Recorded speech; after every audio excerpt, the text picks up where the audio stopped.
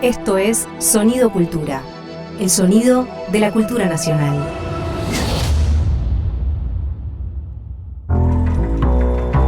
Un tajo en el lienzo de la sociedad del espectáculo.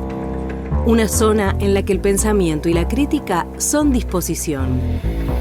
María Pía López en Corte y Confección. Un taller de reparaciones y cuidados culturales. Nada lo anunciaba por la tarde. Las actividades comerciales se desenvolvieron normalmente en la ciudad. Olas humanas hormigueaban en los pórticos encristalados de los vastos establecimientos comerciales, o se detenían frente a las vidrieras que ocupaban todo el largo de las calles oscuras, salpicadas de olores a telas, engomadas, flores o vituallas. Roberto Arlt, La Luna Roja.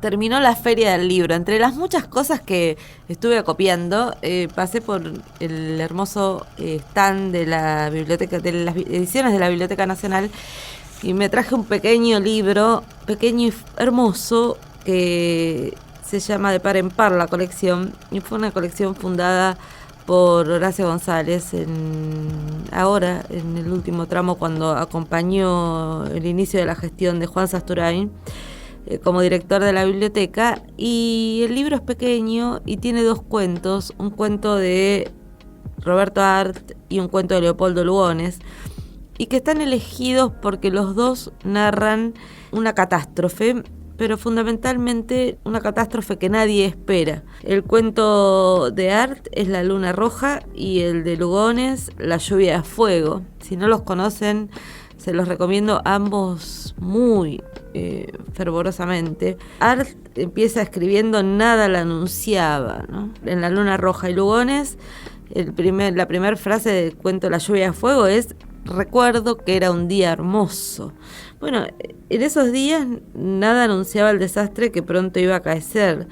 González les contaba esos cuentos y hace un texto un ensayo sobre ambos, donde se detienen los modos diferentes en que esos dos escritores, que se pueden pensar además vitalmente, políticamente, en todos sentidos, en contrapunto, también se lo puede pensar ese contrapunto en los modos en que trataban la lengua literaria, ¿no? Lugones buscaba el deslumbramiento del que usa todo el diccionario, y Arlt era como el que tanteaba la urgencia, en decir, de la vida plebeya. Esos estilos tan distintos que nos llevan a qué palabras elegimos cuando escribimos, qué imágenes elegimos, cómo presentamos una u otra narración, tan marcadas. Podríamos decir, hay políticas, hay decisiones políticas en cada una de esas recurrencias a un lenguaje u otro, que es eso lo que está señalando Horacio en ese contrapunto. Y me parece que por eso, aunque tengamos esos textos por separado, aunque estén en internet y se encuentren tan fácilmente, si el libro se convierte en un objeto hermoso en esa conjunción de estos tres textos. Traigo además los cuentos sobre la catástrofe para leer, aludir a una escena que no deja de producirnos gran preocupación, ¿no? En especial por el crecimiento de un tipo de derechas que parece estar produciendo o está buscando producir un nuevo umbral político para la hostilidad social. Son derechas desinhibidas, muy desinhibidas, que construyen su capital en la denegación explícita de derechos y a la vez en la ruptura de los moldes conversacionales públicos. Hace poco, en una marcha la marcha con corte, la movilización en el centro de la ciudad de Buenos Aires, alguien que era parte de esa movilización piquetera fue entrevistado por un canal de televisión, y esa persona que estaba movilizada en función de el reclamo por mejores condiciones de vida, aunque sea bajo el acceso más igualitario a los planes sociales, y que estaba encuadrado en una organización, dijo ante las cámaras que votaría a Milei, y dijo eso hablando de lo harto que se sentía respecto de la vida política en general. Pero eso que no se puede descartar como una mera alteración de las facultades de alguien que no comprende que precisamente aquello que está reclamando es lo que le sería negado por el triunfo, y denegado absolutamente por el triunfo de ese tipo de derecha. Me parece que más bien nos obliga a pensar en los modos en que se despliega una afectividad en la que la hostilidad prima incluso sobre las lógicas de la autopreservación. ¿Por qué nos pasó eso? ¿Qué nos pasó? ¿Es consecuencia de la pandemia? ¿Pasamos del cuidado mutuo y la detención de todo en función de la preservación de la vida a una reacción contra las instituciones que garantizan la posibilidad misma del cuidado? La política siempre supone decisiones sobre la vida y la muerte, porque uno de sus filos está en la guerra, en el poder soberano sobre los cuerpos, y el otro en la biopolítica, en la gestión de los cuidados para preservar la vida. La política está siempre entre el dron que bombardea, o la policía que gatilla, y la vacuna que se investiga y aplica. Pero estamos en eso, y también estamos en ese otro plano que solemos llamar política, que es la construcción de fuerzas sociales y esferas conversacionales, dije hace un rato, para pensar esto que se está tajeando, que se está corroyendo, que está en crisis.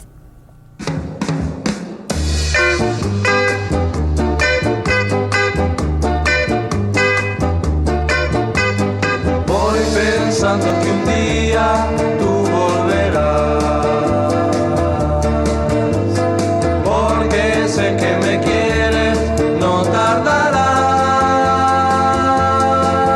Cuando tú te des cuenta que yo siempre te quise, tú volverás,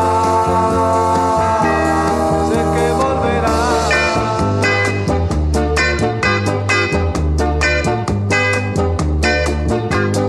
Voy pensando que un día tú volverás, porque sé que me quieres, no tardarás. Cuando tú te des cuenta que yo siempre te quise, tú volverás, sé que volverás. Sin tu amor no viviré, tú lo sabrás. Si me quieres en verdad, comprenderás. Si demoras en volver, no me hallarás y sufrirás. Sé que sufrirás.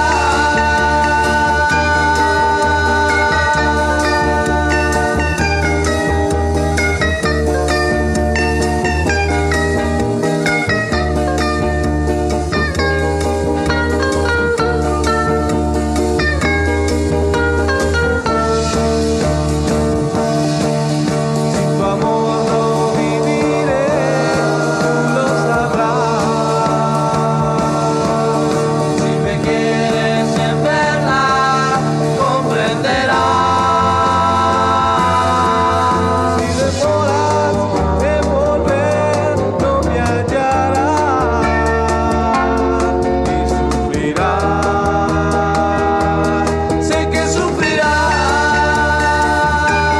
sé que sufrirás, sé que sufrirás.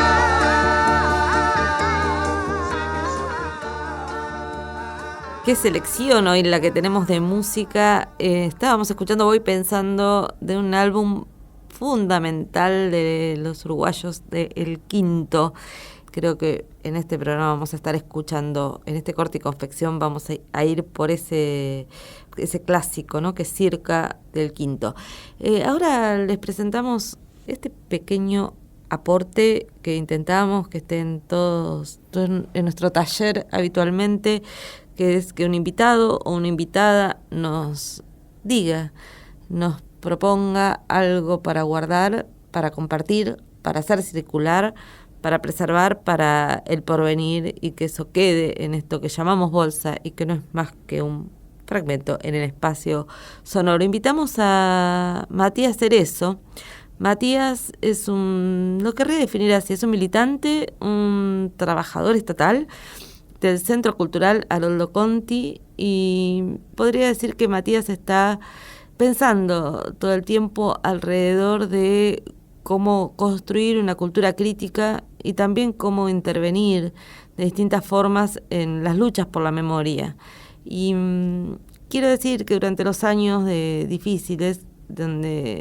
difíciles, donde las personas que se quedaron trabajando en nuestras instituciones públicas mientras gobernaba el macrismo, el Estado Nacional, ese Centro Cultural Haroldo Conti se sostuvo también porque un equipo de trabajadoras y trabajadores en el que estaba Matías Cerezo con un rol fundamental, lo mantuvieron abierto, con actividades, con circulación de personas, con una férrea decisión de que esos espacios son espacios centrales para seguir pensando. Recordemos además que el Centro Cultural Haroldo Conti funciona en el sitio de la ex ESMA, ex Escuela de Mecánica de la Armada, al borde mismo de donde estuvo el campo de concentración. Fragmento del cuento A la diestra de Haroldo Conti. Haroldo Conti nació en Chacabuco, provincia de Buenos Aires, el 25 de mayo de 1925. Fue un escritor, periodista, piloto de avión, seminarista, navegante, nadador de aguas abiertas, guionista de cine y docente. Militó en el Partido Revolucionario del Pueblo, el PRT, y en el FAS, el Frente Antiimperialista por el Socialismo. También fue padre, hijo, hermano, compañero y amigo. Un hombre que celebró perderse entre las multitudes. La nostalgia, el desarraigo, el compromiso con su época y una pasión vital por el río, otra de sus grandes revelaciones, son algunas de las marcas que lo acompañaron durante toda su vida. Haroldo tuvo desde su infancia un particular interés por las historias de vidas anónimas y por los relatos de aventuras pueblerinas. Su obra literaria se despliega en 15 años de gran intensidad y reconocimiento, desde su cuento La Causa, premiado por la revista Times en 1960, hasta el premio Casa de las Américas que obtuvo en La Habana con su última novela Mascaró, El cazador americano, en 1975. Su labor se vio interrumpida poco antes de cumplir 55 años. La madrugada del 5 de mayo de 1976, en plena dictadura cívico-militar, un grupo de tareas lo secuestró de su hogar en la ciudad de Buenos Aires y aún permanece desaparecido. A la diestra es el último cuento escrito por Haroldo Conti, cuya copia quedó en la máquina de escribir la noche del fatídico secuestro. Se publicó póstumamente en 1978 en la revista Casa de las Américas. El cuento es un especial homenaje a una de sus tías, la tía Teresa Marino, fallecida por aquellos días a comienzos de 1976. Y me gustaría guardar este retazo para el futuro por varias razones. Una, por lo que Conti propone en este cuento. Propone una idea de comunidad, una idea de lo comunitario, constituido por los afectos, la familia, les amigues y compañeros de ruta, los poetas como Alberto Spumber y Juan Gelman, o escritores como Cacho Paoletti. Una comunidad que incluye a los muertos y la naturaleza, un espacio de reencuentro con nuestros seres queridos y una reafirmación de nuestra identidad. En este cuento coexisten las diferentes temporalidades, el pasado, el presente y el futuro, componiendo el territorio de la memoria personal y social de la vida de Conti, pero podría ser de la vida de cualquiera de nosotros. La fiesta de recibimiento en el cielo de la tía Teresa, que describe Conti al final del cuento, el banquete compartido entre vivos y muertos, es una celebración llena de vida que parece proponer una utopía en la cual se integren los diferentes planos de nuestra vida. Conti nos recuerda desde dónde venimos y hacia dónde vamos, y parece sugerirnos o decirnos que aunque seamos pasajeros, no somos efímeros. Este cuento logra hacer de la memoria una celebración, algo que de algún modo lograríamos más tarde en nuestro país. Por esto es que elijo este cuento, para que las futuras generaciones por un lado, sepan lo que sucedió en nuestro país, pero por otro lado, piensen que en algún momento hubo escritores como Haroldo Conti que lucharon y escribieron por una sociedad mejor.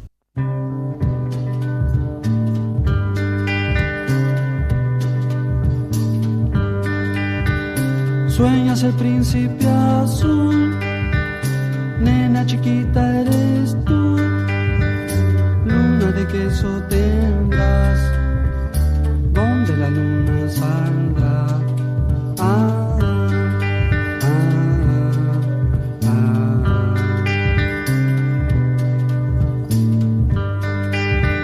Suenan las 12 y tendrás zapatitos de cristal, príncipe azul ya vendrá, ratoncito lo traerán. Ah, ah, ah. Cuando despiertes del sueño, ya no tendrá luna el cielo, debe buscar ese beso.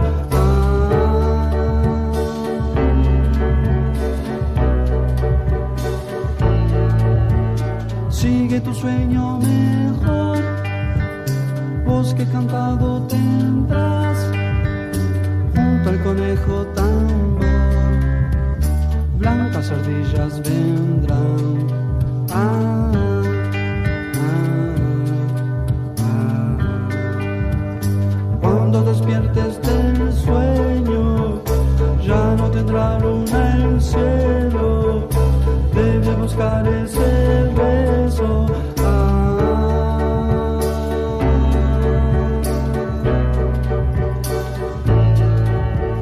Sigue tu sueño mejor, bosque encantado tendrás, junto al conejo tambor, blancas ardillas vendrán. Ah, ah, ah.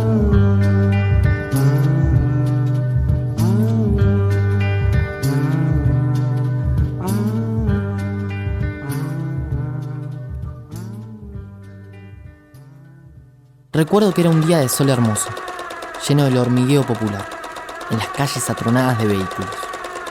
Un día asaz cálido y de tersura perfecta. Desde mi terraza dominaba una vasta confusión de techos, vergeles salteados, un trozo de bahía punzado de mástiles, la recta gris de una avenida.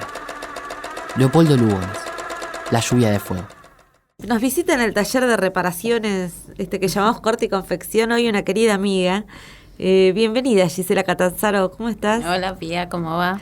Bien, bien. Acá invitamos a Gisela, que no solo porque es una amiga, sino porque es una compañera que viene pensando algunas cosas que nos interesan charlar, pensar, desmenuzar, acerca del neoliberalismo y las ideologías de la época. Gisela acaba de editar un libro que se llama, lo editó hace unos meses, pero yo lo acabo de leer, la temporalidad es así de desquiciada, que se llama Espectrología de la derecha, hace una crítica de la ideología neoliberal en el capitalismo tardío, y fue editada en la colección el libro editado en la colección de 40 Ríos, es una colección que viene discutiendo, proponiendo hipótesis, lecturas y pensamientos para dar vueltas alrededor de ciertas construcciones políticas del presente, ¿no? Quería que charlemos un poco acerca de esto, que todos estos términos que aparecen derecha, neoliberalismo, capitalismo, en parte porque a veces cuando uno piensa el neoliberalismo contemporáneo, aparecen gente que dice es una sensibilidad, otras personas que dicen es una razón o una racionalidad, otras personas que dicen una ideología, otras lo consideran una política. ¿Cómo pensás vos? Decís neoliberalismo, ¿qué es lo que desplegás? Uh-huh. Sí, primero fue una elección poner ahí ideología. En primer lugar, porque ideología es un término teóricamente muy degradado desde las últimas décadas del siglo pasado, ¿no? Degradado porque se consideró superado. Superado porque supuestamente simplificaba el problema de la subjetividad y de la práctica subjetiva, reduciéndolo a una cuestión de conciencias deficitarias. Entonces hubo toda una tradición postestructuralista, pero no solo, hacia fines, en las últimas décadas del siglo pasado, que se propuso realizar una crítica del concepto de ideología y desplazarlo por otros conceptos, como por ejemplo el de racionalidad en Foucault, o como por ejemplo el de narrativas o relatos, o más en una línea materialista, la idea de sensibilidades y afectos. Mi apuesta es a pensar complejamente el concepto de ideología, es decir, liberarlo de un sesgo racionalista que en algún momento tuvo pero que nunca lo agotó, porque siempre fue más interesante ese concepto en la tradición marxista, e implicó siempre un tipo de modulación de las prácticas, de los afectos, no un conjunto de ideas cerradas que podía ser sustituido por un conjunto de ideas verdaderas, sino un modo de adherir, un modo de estar en el mundo, de experimentar la sensibilidad, la temporalidad, la espacialidad, el cuerpo en el espacio y el tiempo. Entonces, no entiendo que la afectividad quede por fuera de la ideología, para nada. No entiendo que la ideología se reduzca a un problema de ideas.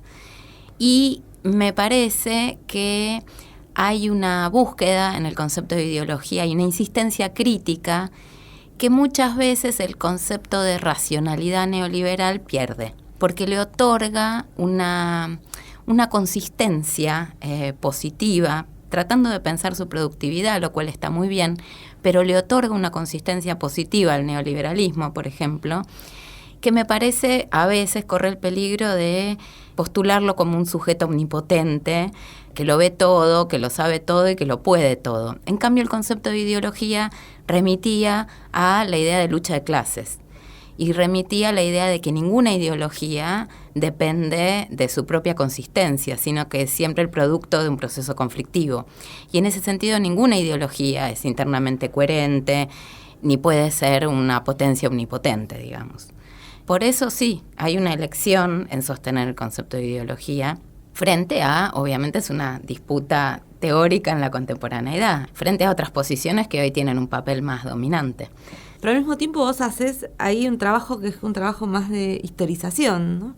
Y cuando en el libro analizás el macrismo, decís, hay que pensarlo también, no se puede pensar solo como continuidad de otras experiencias neoliberales, sino que hay que pensar en continuidades y rupturas.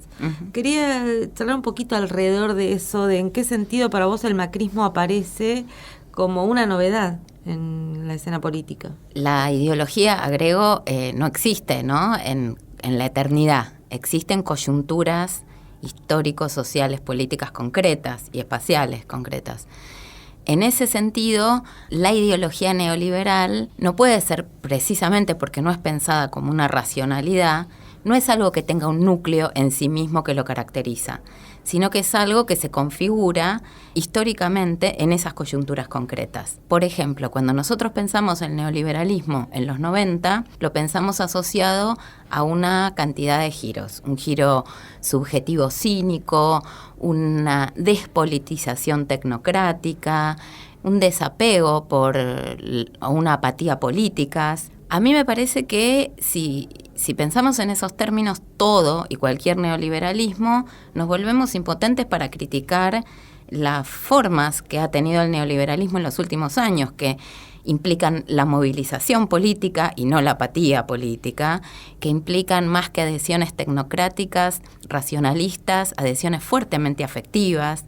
Entonces, muchos de los términos con los que pensamos en los 90 y con los que pensamos en el contexto del debate modernidad-posmodernidad, en el momento del auge del neoliberalismo multicultural que prometía un globo reconciliado, donde no iba a haber fronteras, no iba a haber más estados-nación prácticamente, y donde todo el mundo iba a poder circular como quisiera, esa promesa aperturista, digamos, que caracterizó al neoliberalismo y a sus ilusiones, que por supuesto lo fueron, sin embargo, hoy no aparecen en este nuevo neoliberalismo, que no promete ni circulación ni reconciliación, sino que más bien dice, más o menos claramente, que muchos van a quedar afuera y que se la van a tener que aguantar como puedan y que no hay ninguna expectativa de que se puedan integrar.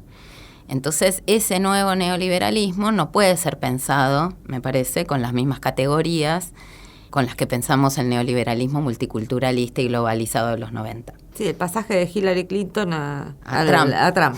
Claro, ¿no? sí. Vos cuando caracterizás este nuevo neoliberalismo, usás dos expresiones, o entre muchas, pero que me interesaban, que es punitivista, decís, y sacrificial. Uh-huh. ¿No? Pero tanto la idea del punitivismo como en el sacrificio son movimientos que tienen que ver con la hostilidad, ¿no? Una hostilidad hacia afuera o una hostilidad introyectada como castigo sobre sí mismo.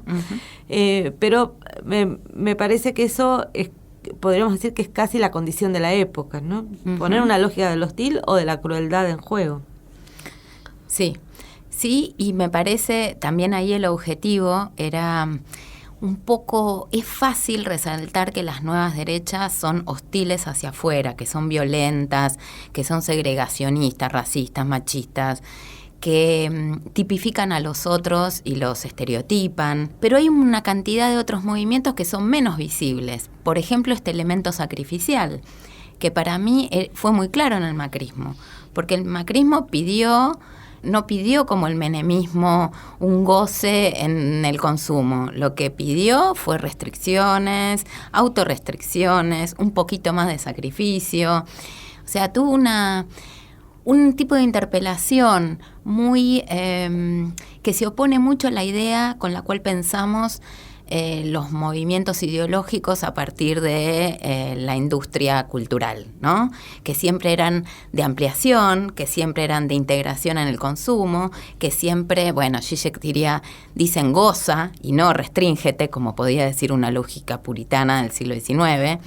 Sin embargo, esto no es tan así, ¿no? Porque este nuevo neoliberalismo sí pide restricciones, sí reprime, podríamos decir, no opera solo por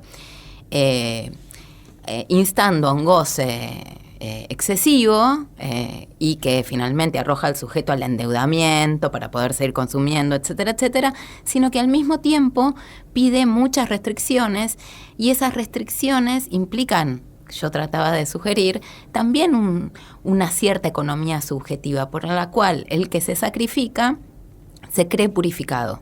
Se cree purificado de una suerte de goce, se podría decir, o de placer, o de, exceso de felicidad que podría haber tenido en otro momento y que ahora lo siente como injustificado, excesivo, y entonces se siente culpable, no solo considera que los planeros, que ciertas figuras sociales típicas gozan demasiado, sino que tal vez ellos mismos gozaron demasiado. Hay una especie de autoculpabilización, que yo la asociaba con un goce medio masoquista en el sentido de que se siente, goza en el dolor propio también, no solo en la punición del otro. También porque aparecía mucho la idea, ¿no? Pensando en esos momentos del macrismo donde aparecía la idea de que se acabó la fiesta y estamos pagando los platos rotos de la fiesta, como esa fiesta, pero también al mismo tiempo la sensación de que las élites y los sectores dominantes no introyectaron esa idea de sacrificio, ¿no? Esta idea de sacrificio es más una variable de la vida popular.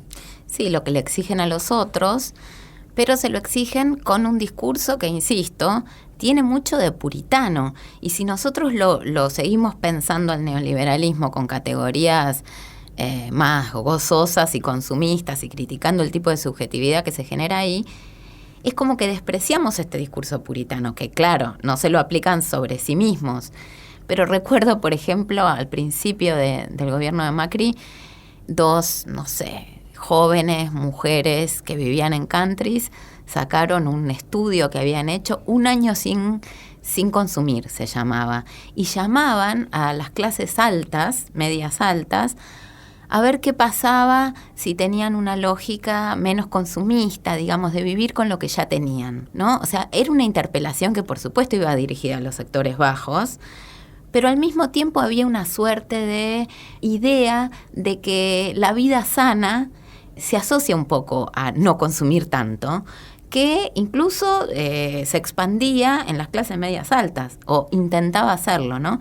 Estas chicas, por ejemplo, decían, bueno, nuestros hijos en cada cumpleaños reciben 40 regalos, y entonces no necesitan regalos, no necesitan ningún objeto más durante todo el año. Y yo pensaba, claro, sus hijos reciben 40 regalos en cada cumpleaños, 40 o 60, ¿no? O 100. No es el caso de la mayoría de la población.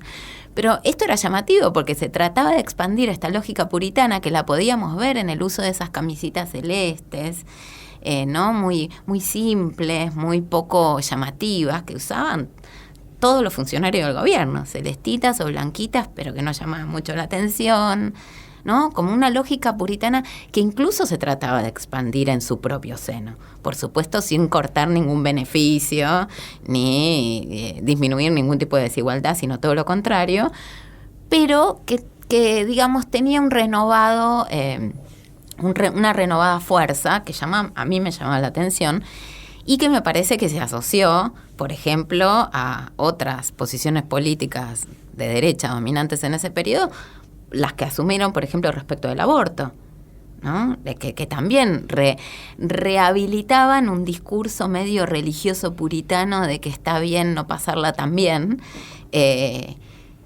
horizontalmente y no solo de arriba para abajo. Uh-huh. En ese sentido me parece que sí, hay que pensar que la nueva derecha también rehabilita una cantidad de valores típicamente conservadores y o reaccionarios, clásicos, digamos, y que no es nada más lo que sucede después de que se deja atrás esa forma represiva de lo ideológico y ahora todos estamos en la ideología, pero de otro modo, de un modo más gozoso y consumista. O sea, me parece que en ese sentido ciertas vetas del deleuzianismo avanzaron demasiado unidireccionalmente por la hipótesis de que las nuevas formaciones de la derecha no venían por el lado de la represión, sino por el lado de la integración consumista. Y me parece que habría que dialectizar un poco esa posición.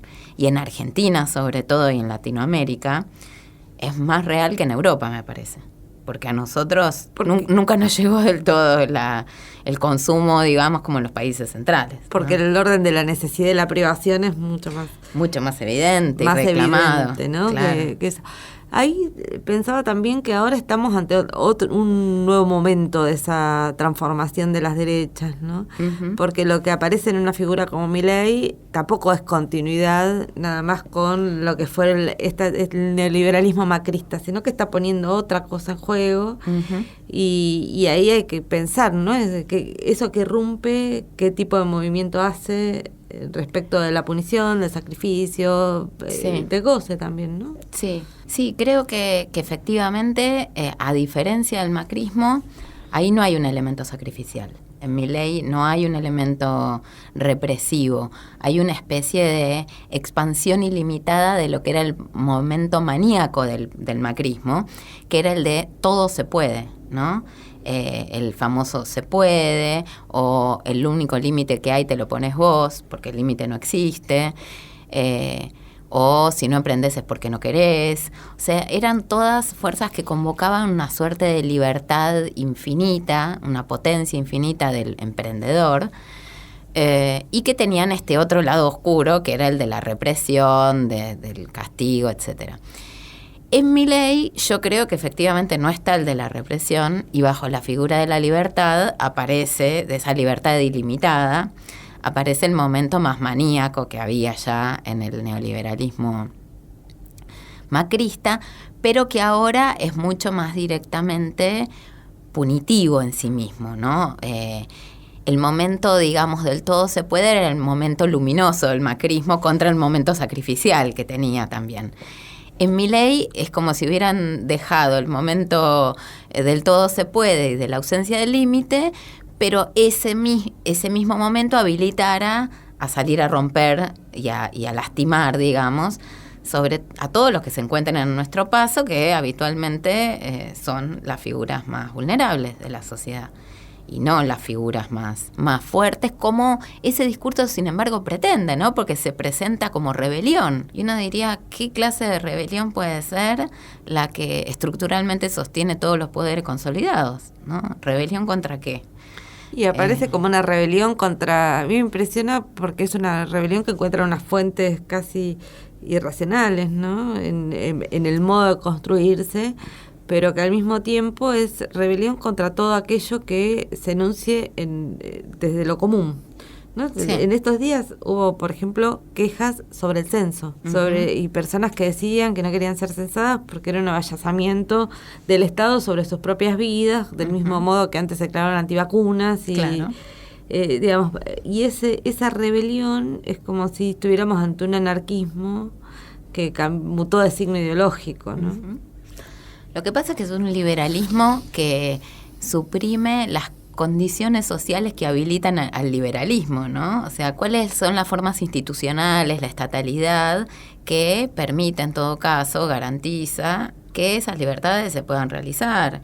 Hace como si la libertad fuera un dato evidente, iniciático, y entonces el Estado solo aparece como aquello que se pone frente a la libertad y olvida constantemente las condiciones de posibilidad de esa libertad, muchas veces muy complejas, porque van en detrimento de la igualdad, por ejemplo.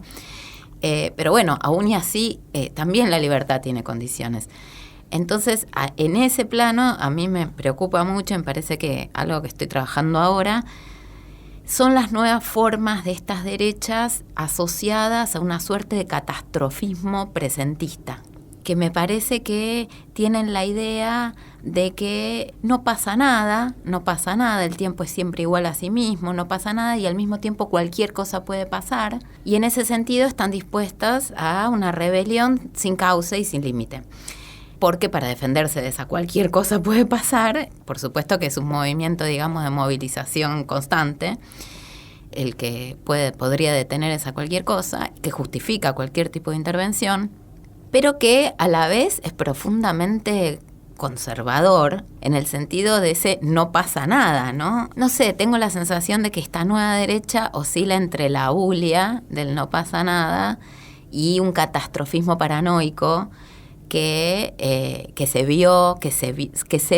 ve como invasión por parte del Estado cualquier tipo de problema padecido por la subjetividad individual. Ve como exterioriza, digamos, la culpa, ¿no? En lugar de asumir una responsabilidad colectiva en la transformación de ese statu quo, canaliza todos los problemas en un agente exterior que acá viene a ser el Estado que hace censos, el Estado que quiere poner vacunas, el Estado que trata de organizar los impuestos.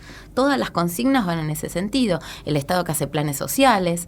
Acaba de haber, hace 5 minutos, una reunión de Juntos por el Cambio, donde se pusieron de acuerdo en relación a cómo no van a hacer una modificación estructural en relación a los planes sociales, y hay que ver qué quiere decir eso, ¿no? Yo sospecho que va a querer decir que no va a haber más planes sociales, o sea, que en todo caso se va a tratar de hacer una forma de trabajo precarizado bajo la forma de un subsidio que no es subsidio, no sé, pero la idea esa de los vagos planeros fue una idea que lamentablemente atravesó, me parece, a la población, no solo en los sectores más políticamente reaccionarios, sino que permeó el sentido común de mucha gente, incluidas muchas fuerzas opuestas teóricamente al neoliberalismo. ¿En qué sentido decís que permeó? ¿Porque aparecen tonos antigualitarios también en esas fuerzas o porque aparece esa asociación de el trabajo solo en el sentido de empleo? No, porque aparece la idea de que hay una estigmatización del planero, como que el planero es el otro. Hay una interiorización, yo diría, de la clásica, de la histórica cultura del trabajo, ¿no? Esa idea que a mí siempre me preocupa. El trabajo libera. Benjamin decía que en la entrada de Auschwitz estaba la idea del trabajo hace libre, ¿no? El trabajo libera en ciertas condiciones, en otras condiciones no libera, ¿no? El trabajo libera y el trabajo genuino libera cuando es un trabajo que no deshumaniza. Ahora, cuando es un trabajo que para llevarlo adelante exige no sé, impide cualquier tipo de creatividad por parte del sujeto, impide cualquier tipo de alegría en su trabajo. Ese trabajo no libera. Entonces la idea de que, bueno, todos queremos trabajar y no recibir planes. Bueno, depende en qué condiciones trabajamos, ¿no? Me parece que si no es una moral del trabajo que para lo que sirve es para el disciplinamiento. Y creo que esta idea de una moral del trabajo atraviesa distintas fuerzas políticas. Igual que el tema de la educación, que un poco demasiado ingenuamente asumimos como, bueno, sí, claro, todos queremos educación. Sí, habría que ver qué educación, ¿no? Porque en la Argentina muchas veces por educación se entendió la producción de la subjetividad subalterna. O sea, la educación era la palabra para decir, bueno, creemos sujetos disciplinados que sepan cómo ir a trabajar. Eso era educarlos. Entonces, yo no defendería cualquier educación. Yo discutiría qué queremos decir cuando hablamos de educación y cuando hablamos de trabajo. Y sin embargo, creo que bueno, en el sentido dominante de educación y de trabajo, de repente es acríticamente tomado por fuerzas que harían bien en ponerlo entre comillas y cuestionarlo antes que asumirlo como una consigna propia. Porque me parece que aparecen trabajo y educación como organizadores sociales y por lo tanto positivizados en esa misma enunciación. Ya nos estamos yendo, pero me parece que nos quedan muchas cosas para seguir conversando, pero me interesa quedarnos con esto último que dijiste, que es cómo hacer funcionar el pensamiento crítico, la dimensión de la crítica, incluso sobre aquellos lugares de enunciación que parecen dotados del bien, ¿no? Como me parece que eso es interesante y fundamental siempre tenerlo presente. Así que muchas gracias, Gisela, por visitarnos esta vez. Bueno, muchas gracias a vos, Pia. Estás escuchando la segunda temporada de Corte y Confección. Bueno, hemos despedido recién a Gisela Catanzaro y aquí llegó otra amiga, Karina Arellano, nuestra melómana de la casa, a contarnos. Hoy estuviste uruguayizando. Terrible. ¿Qué pasó? Bueno, un disco clásico, Circa, del conjunto uruguayo, El Quinto, que nada, como decíamos la otra vez, para no dar por sentado que todo el mundo sabe todo, volvemos a las fuentes. Y aparte me pareció que estaba bien, ¿no? Imágenes del fin del mundo, contrarrestarlo con un disco del 68, o sea, más allá de que todo... Antes de que naciéramos. Que todo, obvio, que todo se haga añicos, por lo menos tengamos en algunos lugares los pies sobre la tierra. Estoy hablando del Quinto, que es un conjunto El Quinto, que tuvo actividad entre el 67 y 1970, liderado nada más y nada menos que por Eduardo Mateo y Rubén Rada, quienes componían casi todos los temas. La banda fue pionera en lo que se conoce como fusión de candombe con la música beat. El disco tiene una anécdota que me encanta, que es que en realidad toda esta banda, los 5 que son Eduardo Mateo en guitarra, Walter Cambone en guitarra también, Rubén Rada en voz y tumbadoras, Luis Sosa en batería y Antonio Lobito Lagarte en bajo, en realidad tocaban previamente, antes de crear El Quinto, con otro nombre, se llamaban los Knicks, y tocaban en una boate muy conocida de Uruguay en ese momento, que era Orfeo Negro. El tema es que eran tan virtuosos. ¿Qué hacían en esa boate? Tocaban Charles Aznavour, Joao Gilberto, también música de los Beatles.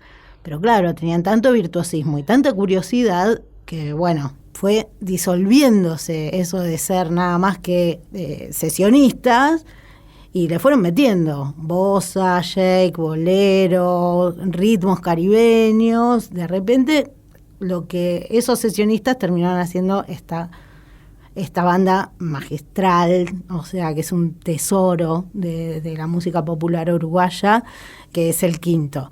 Y en particular lo del disco me encanta porque eran tan buenos que consiguen un contrato para tocar en la televisión, ¿viste? También para tocar en un programa televisivo que se llamaba Discódromo, que también iban, o sea, los contrataron permanente, tipo que estén ahí, ¿viste? Como, no sé, Jimmy Fallon, que tiene su banda, estaban ahí. Entonces, ¿qué pasó? Fueron a grabar los temas para hacer playback en el programa. No. Esas grabaciones que se hacían para hacer playback, que después se volvían a usar las cintas, o sea, que estaban grabadas como material de descarte, son las que son este disco, Circa. porque el Carlos Piris, que es el operador, un gran abrazo a todos los operadores y técnicos de la grabación, editores, guardó las cintas y terminó siendo este disco, así que bueno, gracias a Carlos Piris, que registró, él era el operador de Estudio Sondor en Montevideo, donde ellos habían ido a grabar nada más que para hacer playback en la tele. De ahí salen estas maravillas. ¿Y por qué hacían playback en la tele? Porque era muy común en esa época, en ese claro, momento, ¿no? porque también hay varias historias cruzando esta banda, porque hay varias historias del Río de la Plata y de la música popular en los 60 también.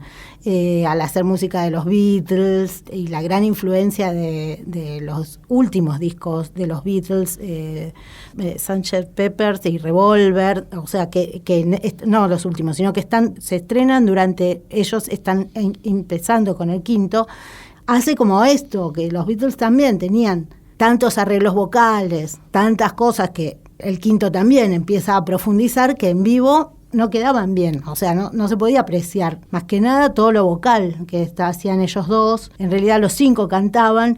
Hay que ponerse en tema también para que nos demos una idea, que son años donde hay un contexto como de muchas bandas vocales. Si vemos todo lo que es el oeste de Estados Unidos, Mamas and the Papas, que en 1967 sale California Dreaming, o los propios Los Zafiros en Cuba, que es del 63, creo, como que todo es vocal, como que tiene esos arreglos.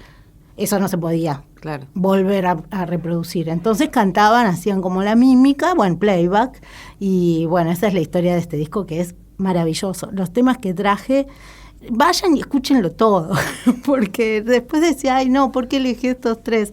Voy pensando que para mí es espectacular, y 2 más conocidos, ¿no?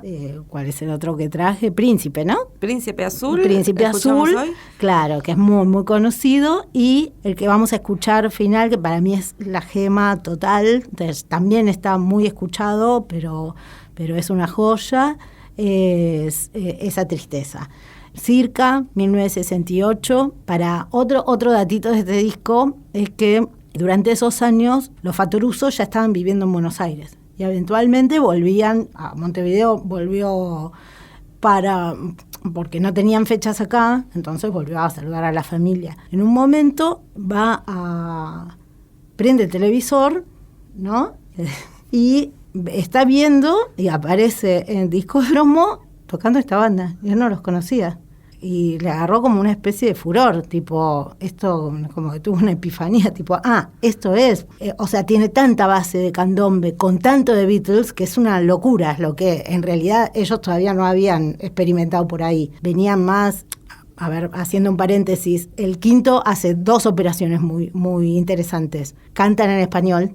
O sea, dejan de ser la copia idéntica de los Beatles. Cantan en español, haciendo música beat. Por otro lado, le meten el candombe. Entonces, bueno, Fattoruso corrió, se fue en bicicleta, no sé si es bicicleta o moto, al canal a buscarlos. Y le saca una foto, que es la única foto de registro del quinto, y es la tapa que se ve en Circa, la tapa del disco. Es esa una foto. Historia hermosa. Es hermoso. Está lleno como de, en vez de sucesos afortunados, una serie de sucesos afortunados. O sea que el mundo no se va a terminar así nomás. No. Mientras tengamos discos e historias. Mientras tenemos esas joyas, por lo menos mientras tambalea, escuchémoslo seguro. Ahí estamos. Bueno, muchísimas gracias. No, gracias Karina. a vos, nos vemos. Precioso el disco. Esa tristeza que tienes viene de un rostro cansado, viene de manos abiertas, por manos que han escapado, por manos que han escapado. Esa tristeza que cuelga donde termina tu pelo, viene de un mar que ha secado mientras soñabas anhelos, mientras soñabas anhelos.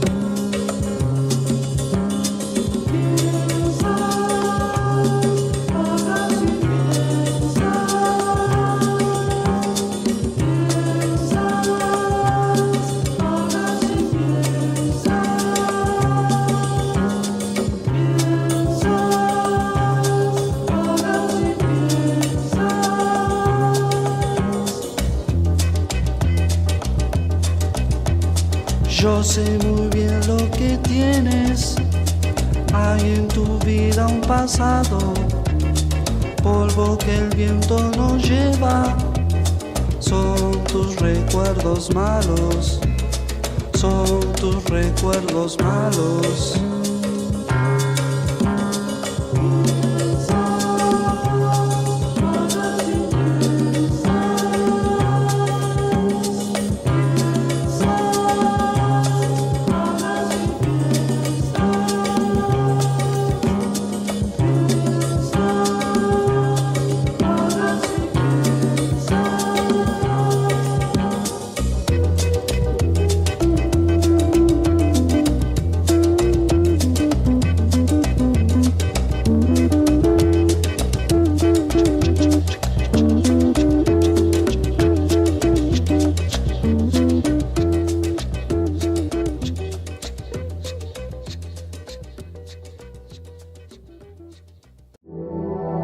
Fue una producción del Ministerio de Cultura.